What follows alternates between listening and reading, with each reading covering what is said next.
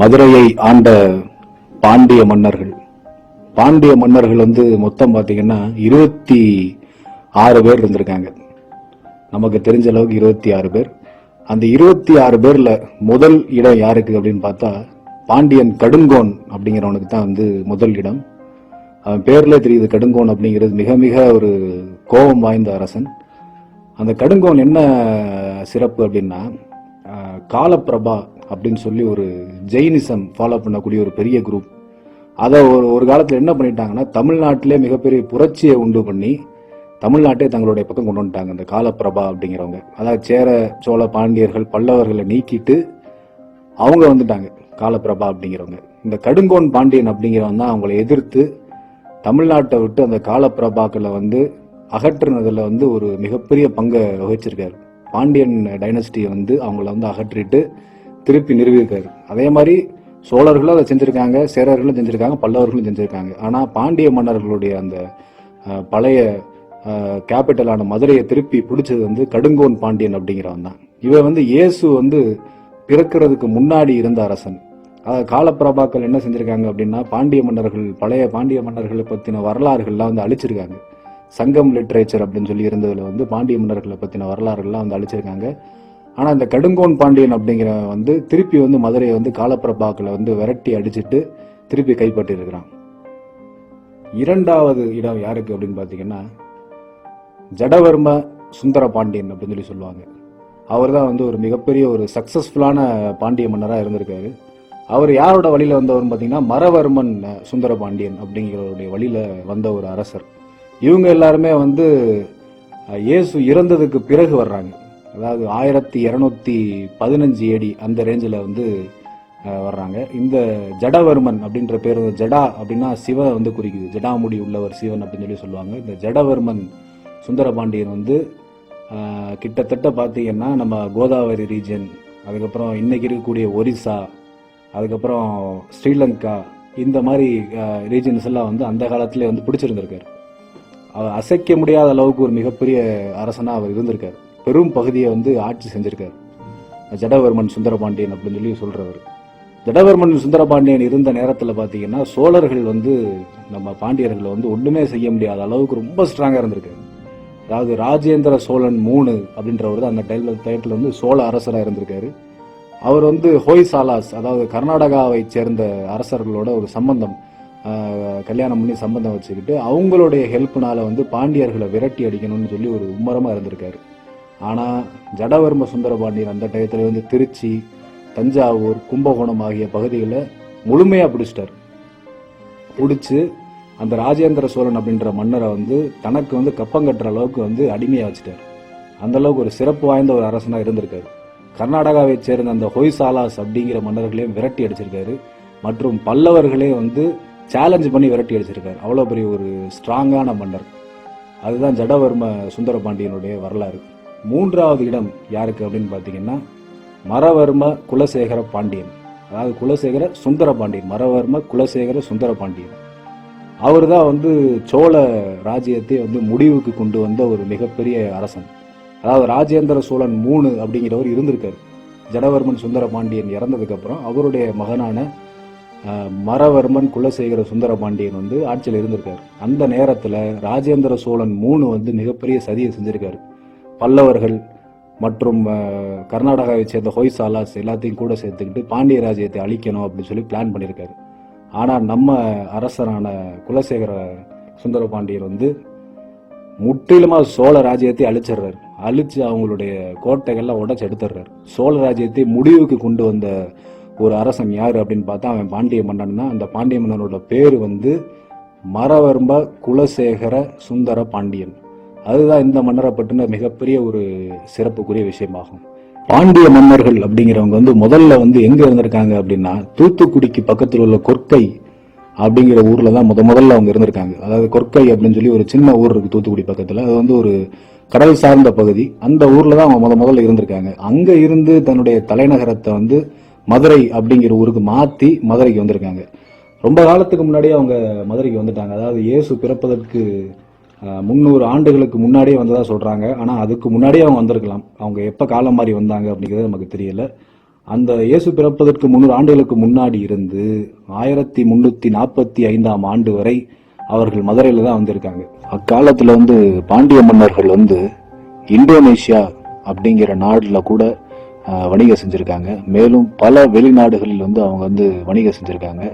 முக்கியமான வணிகமே அவர்களுக்கு அந்த முத்து தான். அவர்களுடைய தரமான அந்த முத்துக்களை வெளிநாடுகளுக்கு எக்ஸ்போர்ட் பண்ணியிருக்காங்க.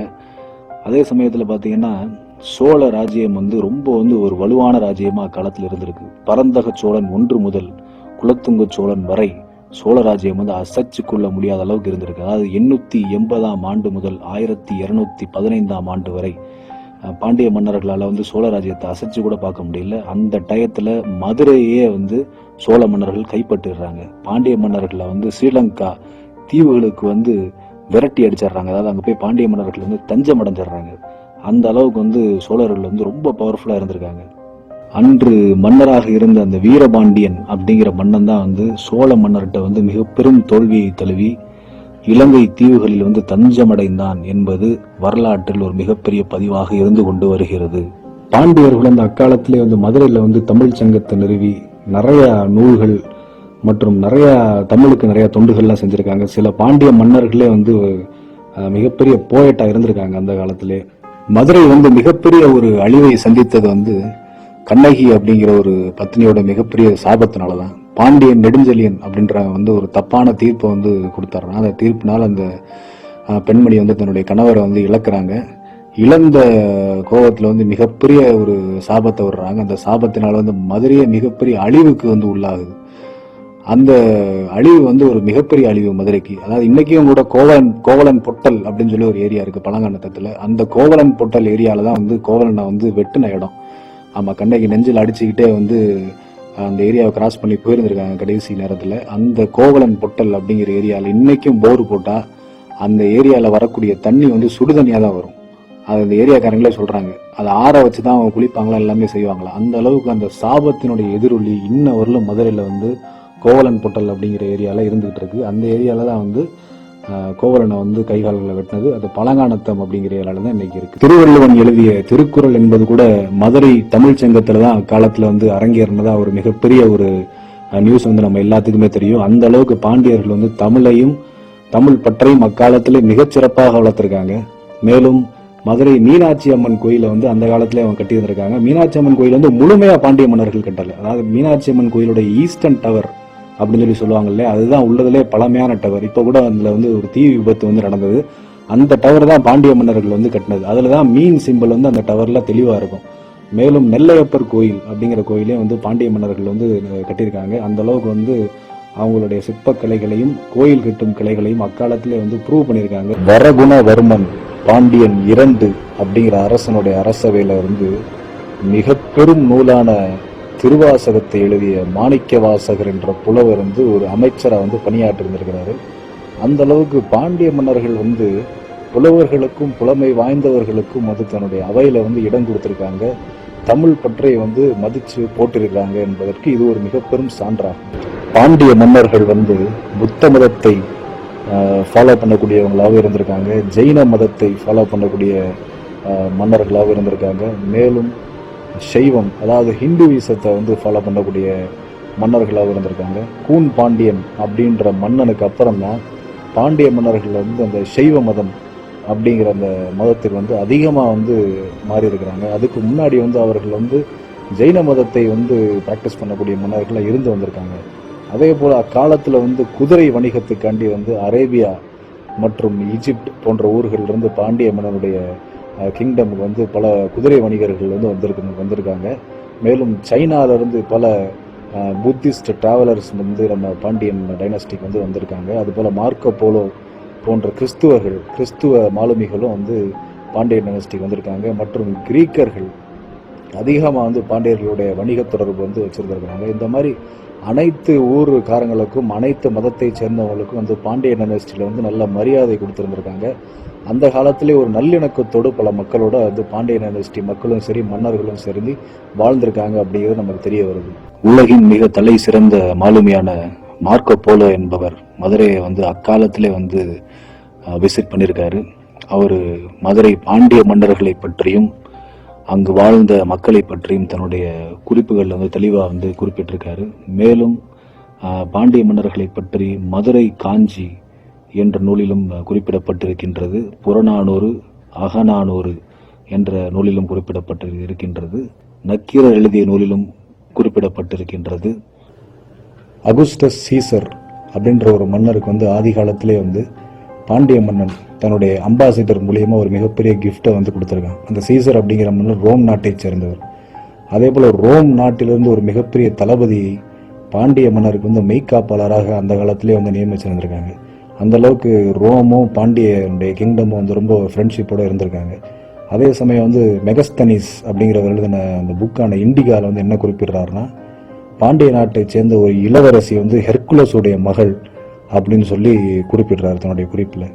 அதே மாதிரி மெகஸ்தனிஸ் என்ன சொல்றாரு அப்படின்னா, பாண்டிய நாட்டில் வந்து பேர்ல் டைவர்ஸ் வந்து ரொம்ப ரொம்ப ஃபேமஸ், அதாவது பேர்ல் வந்து ரொம்ப ரொம்ப ஃபேமஸ் அப்படிங்கிறத அதனுடைய குறிப்பில் வந்து குறிப்பிடுறாரு. சைனீஸ் டிராவலரான யுவான் சுவாங்கும் வந்து பாண்டிய மன்னரை பற்றியும் பாண்டிய மக்களை பற்றியும் தன்னுடைய குறிப்பில் வந்து சொல்றாரு. மற்றும் இன்னொரு சைனீஸ் பிலாசபரான யுவான் அப்படிங்கிறவரும் பாண்டிய மன்னரை பற்றி மக்களை பற்றி வந்து அதிகமாக குறிப்பிடுறாரு. மெகஸ்தனிஸ் அப்படின்றவர் என்ன சொல்றாரு அப்படின்னா, பாண்டியர்கள் வந்து எதுல வந்து ரொம்ப கைந்தேர்ந்தவர்கள் அப்படின்னு சொல்லி சொன்னா, பேர்ல் இண்டஸ்ட்ரி, அதாவது வந்து முத்து குளித்தல், அதாவது ஆழ் கடல்ல இருக்கக்கூடிய முத்துக்களை வந்து கடலுக்குள்ள போய் அந்த முத்துக்களை எடுக்கிறதுல வந்து அவங்க ரொம்ப ஃபேமஸா இருந்திருக்காங்க அப்படின்னு சொல்லியிருக்காரு. பாண்டிய மன்னர்கள் வந்து அந்த காலத்திலே கடல் தாண்டி போய் பல வெளிநாடுகளில் வந்து வணிகம் செய்யறதுல வந்து மிகப்பெரிய கைதேர்ந்தவர்களா இருந்திருக்காங்க. முக்கியமா வந்து பாண்டிய நாட்டை சேர்ந்த முத்துக்களை வந்து வெளிநாடுகளையும் வெளியூர்களையும் வித்திருக்காங்க. அதுக்கு அதிகமான மதிப்பு வந்து கிடைச்சிருந்திருக்கு. ஃபர்ஸ்ட் கிளாஸ் குவாலிட்டி உள்ள முத்துக்கள் வந்து பாண்டிய மன்னருடைய ஊர்ல கிடைக்கும் அப்படிங்கிறது அக்காலத்து கிரீக் ரைட்டர்களுடைய குறிப்பிலே வந்து தெளிவாக குறிப்பிடப்பட்டிருக்கு. மேலும் பாண்டி அப்படிங்கிற வேர்டுக்கு வந்து என்ன மீனிங் அப்படின்னு பாத்தீங்கன்னா, புல் அப்படின்னு சொல்லி சொல்றாங்க. புல்னா ஒரு காளை அப்படின்றத சொல்றாங்க. மேலும் சமஸ்கிருதத்தில் என்ன குறிப்பிட்டிருக்கு அப்படின்னா, சேர நாடு அப்படிங்கிறது மலை சார்ந்த பகுதி அப்படிங்கிறத குறிப்பிட்டிருக்கு. பாண்டிய நாடு அப்படிங்கிறது வந்து ஒரு பழமை பெறும் நாடு அப்படின்றதையும் குறிப்பிடப்பட்டிருக்கு. சோழ நாடு அப்படிங்கிறது ஒரு புது நாடு அப்படிங்கிறதும் குறிப்பிடப்பட்டிருக்கு. பாண்டிய நாட்டில் வந்து நம்ம விவசாயம் அப்படிங்கிறது வந்து மிக மிக மிக அருமையாக பண்ணக்கூடிய மக்கள் இருந்திருக்காங்க. மற்றும் தண்ணிகளை வந்து சேமிக்கிற முறை ஆதி காலத்திலே இருந்து மழை பெய்யறப்ப குளங்களை வெட்டி அந்த மாதிரி தண்ணிகளை சேகரிக்க முறை வந்து அருமையாக வந்து பண்ணியிருந்திருக்கிறாங்க. மேலும் வந்து மீன் பிடிக்கிற தொழில் வந்து ரொம்ப ரொம்ப ரொம்ப முக்கியத்துவம் கொடுத்துருக்காங்க. ஏன்னா பாண்டிய மன்னர்கள் வந்ததே தூத்துக்குடி மாவட்டத்தில் இருந்தால் மதுரைக்கே வந்திருக்காங்க. அதனாலதான் அவங்களுடைய அந்த சிம்பிள் பார்த்தீங்கன்னா மீன் வந்து அவங்களோட சிம்பிளாக இருக்கும். ஃபிஷரிஸ் அப்படிங்கிறதுல வந்து ரொம்ப வந்து கை தேர்ந்தவங்கள ஆதி காலத்துல இருந்தே இருந்துட்டு வந்திருக்காங்க. தங்கத்தால செய்யப்பட்ட நாணயம் மற்றும் வெள்ளியால செய்யப்பட்ட நாணயங்கள் கூட பாண்டியனோட ஆட்சியில வந்து புழக்கத்தில் இருந்திருக்கு. பாண்டியர்களுடைய நாணயங்கள் அந்த காலத்துல எப்படி இருந்தது அப்படின்னு பாத்தீங்கன்னா, ஸ்கொயர் ஷேப்ல தான் இருக்குமா. அந்த நாணயங்கள்ல வந்து மீன் சிம்பிள் வந்து பொறிக்கப்பட்டிருக்கும் அப்படின்னு சொல்லி சொல்றாங்க. அப்படி இல்லாட்டி மன்னருடைய பெயரை வந்து ஷார்ட் ஃபார்ம்ல வந்து பொறிக்கப்பட்டிருக்கும் அப்படின்னு சொல்லி சொல்றாங்க. இப்போ சுந்தரபாண்டியன் அப்படின்னா சு அப்படின்னு சொல்லி தமிழ் பிராமி எழுத்துல வந்து பொறிக்கப்பட்டிருக்கும் அப்படின்னு சொல்லி சொல்றாங்க. அதே மாதிரி கழுகுடைய சிம்பிள் இருக்கும் அப்படின்னு சொல்லி சில பேர் சொல்றாங்க. சில பேர் வந்து மன்னருடைய உருவமே வந்து காயின்ல ஒரு சைட்ல இருக்கும், பின் சைட்ல வந்து மீன் இருக்கும் அப்படின்னு சொல்லி சொல்றாங்க. மரவர்மன் குலசேகர சுந்தர பாண்டியன் அப்படிங்கிற பாண்டிய அரசனுடைய இறப்புக்கு பிறகு வீரா சுந்தர பாண்டியன் அப்படின்னு சொல்லி 2 அரசர்கள் வந்து அந்த அரியாசனத்துக்காண்டி போட்டி போட்டுக்கிட்டே இருந்தாங்க. அவருடைய மகன்கள் 2 பேர், அதாவது வீரா சுந்தர பாண்டியன் அப்படின்றவங்க. ஒருத்தர் வீரா, இன்னொருத்தர் சுந்தர பாண்டியன். இந்த சண்டையை பத்தி அறிந்த கர்நாடக மன்னரான ஹொய்சாலா அப்படிங்கிற எம்பையருடைய மன்னர் வந்து மதுரை நோக்கி படையெடுத்து வராரு. ஆனா அதே சமயத்துல வந்து டெல்லி சுல்தானேட், அதாவது கில்ஜி, அவருடைய படை மாலிக் கஃபூருடைய தலைமையிலே வந்து மதுரையை நோக்கி வந்துகிட்டு இருக்கு. ஹொய்சாலாஸ் வந்து மதுரையை நோக்கி வர்றதுக்கு முன்னாடியே அவங்களுடைய ராஜ்யத்துக்கு டெல்லி சுல்தானேட்னால ஒரு ஆபத்து வருது அப்படிங்கறத தெரிஞ்சுக்கிட்டு மதுரையை விட்டுட்டு நேரா திருப்பி கர்நாடகாக்கே போயிடுறாங்க. போய் டெல்லி சுல்தானேட்டோட ஒரு ஒப்பந்தத்தை மேற்கொண்டு சமரசமாயி மதுரையை 2 பேருமே சேர்ந்து அட்டாக் பண்ணுவோம் அப்படின்னு சொல்லி மதுரையை நோக்கி வராங்க.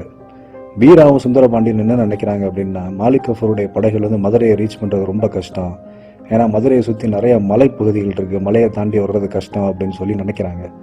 ஆனா மாலிக் கஃபூர் அதெல்லாம் தாண்டி மதுரையை பிடிக்கணும்னு சொல்லி வந்துடுறாரு. வீராவும் சுந்தரபாண்டியனும் கிடைக்கிற பொருள்கள், சொத்துக்கள், குதிரைகள் இதெல்லாம் எடுத்துக்கிட்டு மதுரையை விட்டு தப்பிச்சு ஓடுறாங்க. காரைக்குடி, சிவகங்கை அந்த பக்கம்லாம். மாலிக் கஃபூர் அவங்கள பிடிக்கிறதுக்காண்டி துரத்தியா போயிட்டே இருக்காரு. ஆனா மாலிக் கஃபூர்னால அவங்கள பிடிக்க முடியல. கிட்டத்தட்ட 8 மாதங்கள் வந்து மாலிக் கஃபூர் மதுரையில் இருக்கார். மாலிக் கஃபூருக்கு ஒரு மிகப்பெரிய செய்தி வருது. அதாவது பாண்டிய மன்னர்கள் வந்து ஒரு மிகப்பெரிய படையை திரட்டி அவங்கள வந்து வெற்றி கொள்ள போகிறாங்க அப்படிங்கிற ஒரு செய்தி வருது. மாலிக் கஃபூர் இதை பற்றி கேள்விப்படுறாரு. அதே சமயம் அந்த டைமில் வந்து மழை ரொம்ப அதிகமாக இருக்குது. அதனால் மாலிக் கஃபூருக்கு ஒரு பயம் வருது, நம்மளால் ஜெயிக்க முடியுமோ அல்லது தோற்றுருவோமா அப்படின்ற ஒரு பயம் வருது. அதனால் மதுரையை விட்டு திருப்பி டெல்லிக்கே வந்து மாலிக் கஃபூர் திருப்பி போயிடுறாரு. மாலிக் கஃபூர் போனதுக்கப்புறம் வீராவும் சுந்தரபாண்டியனும் திருப்பி மதுரையை பிடிக்கிறாங்க. ஆனால் அவங்களுக்குள்ளே வந்து ஒரு மிகப்பெரிய தகராறு வந்துடுது. அந்த தகராறில் என்ன ஆயிடுது அப்படின்னா, வீரா அப்படிங்கிற பாண்டிய மன்னர் வந்து சுந்தரபாண்டியனை ஜெயிச்சிடுறாரு. ஆனால் சுந்தரபாண்டியன் போய் டெல்லி சுல்தானிட்ட உதவியை கேட்டு வீரபாண்டியனை திருப்பி ஜெயிக்கிறார். ஆனால் டெல்லி சுல்தானிட்ட என்ன செய்கிறாங்க அப்படின்னா, திருப்பியும் தன்னுடைய பெரும் படை, அதாவது முகமது பின் துக்ளக் வந்து தளபதியாக வச்சுக்கிட்டு பெரும் படையோடு வந்து மதுரையை பிடிச்சிடுறாங்க. பாண்டிய மன்னர்களை வந்து மதுரையை விட்டு விரட்டி அடிச்சிடுறாங்க. பாண்டிய மன்னர்கள் விரட்டி அடிக்கப்பட்ட பாண்டிய மன்னர்கள் நேராக திருநெல்வேலி, தென்காசி அந்த மாதிரி பகுதிகளில் போய் தஞ்சை அடைஞ்சு அங்கேருந்து சிவகங்கை, ராம்நாடு பகுதிகளை வந்து ஆட்சி செய்கிறாங்க. ஆனால் மதுரையிலேருந்து அவங்களுடைய கண்ட்ரோல் வந்து போயிருது. தன்னுடைய கேபிட்டல் சிட்டியை அவங்க இழந்துடுறாங்க. ஸோ முகமது பின் துக்ளக் அவருக்கு கீழே இருந்த கவர்னரை மதுரைக்கு வந்து ஒரு கண்ட்ரோலாக வந்து நியமிச்சுட்டு அவர் போயிடுறாரு. அவங்க வந்து தனியாக மதுரை சுல்தானேட் அப்படின்னு சொல்லி ஃபார்ம் ஆயிடுறாங்க. இந்த மதுரை சுல்தானேட்டை நாயக்க மன்னர்கள் 1378ஆம் ஆண்டு வெற்றி கொண்டு மதுரையை ஃபுல்லாக கேப்சர் பண்ணிடுறாங்க. ஆனால் இந்த நேரத்தில் பாண்டிய மன்னர்கள் ஆட்சி செஞ்சுட்டு இருக்காங்க. எங்கே அப்படின்னா, திருநெல்வேலி, தென்காசி முதலிய பகுதிகளில் இருந்துட்டு ஒரு குறுநில மன்னர்கள் மாதிரி சின்ன மன்னர்கள் ஆகிட்டாங்க. அதனால் மதுரையை வந்து பாண்டிய மன்னன் இழந்த வருடமானது வந்து 1345ஆம் ஆண்டு. அந்த ஆண்டோட மதுரையுடைய கண்ட்ரோல் வந்து பாண்டிய மன்னர்கள் கையிலிருந்து போயிருது. ஆனால் 1640 வரலாம் அவங்க வந்து மன்னர்களாக இருக்காங்க. எந்த பகுதியிலன்னா, தென்காசி மற்றும் திருநெல்வேலி பகுதிகளில் இருக்காங்க. பாண்டி அப்படிங்கிற வேர்டுக்கு வந்து என்ன மீனிங் அப்படின்னு பார்த்தீங்கன்னா, புல் அப்படின்னு சொல்லி சொல்றாங்க. புல்னா ஒரு காளை அப்படின்றத சொல்றாங்க.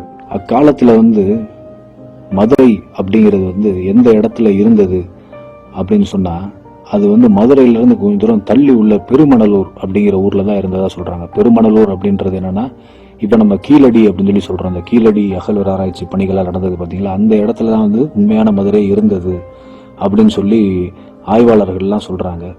அந்த இடத்துல பார்த்தீங்கன்னா, அந்த வீடுகள், அந்த வீட்டில் இருந்த தரைத்தளங்கள் மற்றும் அவங்க பயன்படுத்திய அந்த பாத்திரங்கள், அப்புறம் அவங்களுடைய வாழ்வு முறைகள், அதெல்லாம் பார்க்குறப்ப கிட்டத்தட்ட ஒரு 2200 வருஷத்துக்கு முன்னாடி அவ்வளோ ஒரு முற்போக்கான ஒரு மக்களாக வந்து நம்ம மக்கள் வந்து இருந்திருக்காங்க. வைகை நாகரிகம் அப்படிங்கிறது தலைத்து ஓங்கின ஒரு நாகரிகமாக இருந்துக்கிட்டு வருது. அதே போல் அழகன் குளம் அப்படின்னு சொல்லி ராமநாதபுரம் பகுதியில் உள்ள அழகன் குளத்திலே வந்து அகழ்வார் ஆராய்ச்சி பணிகள் பண்ணாங்க. அது வந்து ஒரு மிகப்பெரிய பாண்டியனுடைய ஒரு போர்ட்டு. அது வந்து ஒரு கடலை ஒட்டி உள்ள ஊர். அதாவது வைகை ஆறு வந்து கடலில் கறக்கிற இடம், அந்த அழகன் குளம் அப்படிங்கிற இடம் பார்த்தீங்கன்னா, அந்த இடத்துல கூட நம்மளோட ஆட்களுடைய நாகரிகம், அதாவது பாண்டியர்களுடைய நாகரிகம் வந்து சிறப்பாக வந்து இருந்துட்டு வந்தது. இதுபோல் வைகை நாகரிகம் என்பது சிந்து சமவெளி நாகரிகத்தை போன்றே ஒரு மிகப்பெரிய தொன்மையான மற்றும் முற்போக்கான ஒரு அருமையான நாகரிகம் என்பது நமக்கு தெரிகின்றது. எப்படி வந்து சோழர்கள் வந்து வீரத்திலையும் சரி, கட்டடக்கலைகள்லையும் சரி, விஞ்ஞானத்திலையும் சரி அக்காலத்தில் வந்து வளர்ச்சி அடைந்து இருந்திருந்தாங்களோ, அதே அளவுக்கு பாண்டியர்களும் இருந்திருக்காங்க. வீரத்திலையும் அதே அளவுக்கு இருந்திருக்காங்க. ஏன்னா சோழர்களுக்கு வந்து ஒரு மிகப்பெரிய சேலஞ்சாக இருந்தவங்க பாண்டியர்கள் தான். சோழ ராஜ்யத்தை வந்து முற்றிலும் அழிச்சதே வந்து பாண்டிய மன்னர்கள் தான். இவங்களுக்கு நடுவில் வந்து ஒரு ஒற்றுமையே அந்த காலத்தில் இல்லாமல் போயிருந்திருக்கு.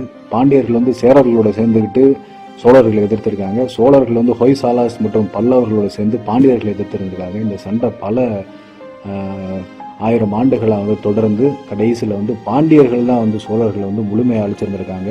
ஆனால் அதுக்கப்புறம் பாண்டிய ராஜ்யமும் வந்து முழுமையாக வந்து பிற நாட்டு மன்னர்களால் வந்து அழிக்கப்பட்டுருச்சு. இதனால் என்ன தெரியுது அப்படின்னா, தமிழ்நாட்டு மன்னர்களாக இருக்கட்டும், மக்களாக இருக்கட்டும், நமக்குள்ள வந்து ஒற்றுமை இருந்தால்தான் எதுலேயுமே வந்து நம்ம வந்து மேலோங்கி வர முடியும். இந்த சேர சோழ பாண்டியர்கள், பல்லவர்கள் இவர்களுடைய கதைகள் வந்து நமக்கு வந்து என்ன கூறுது அப்படின்னா, நம்ம வந்து ஒற்றுமையாக இருக்கணும் அப்படிங்கிறது தான் நமக்கு வந்து கூறுது. நம்ம ஒற்றுமையாக இல்லை அப்படின்னா நம்மளுடைய பலம் குறைந்துவிடும் என்பதே இந்த கதையினுடைய முடிவு. நன்றி, வணக்கம்.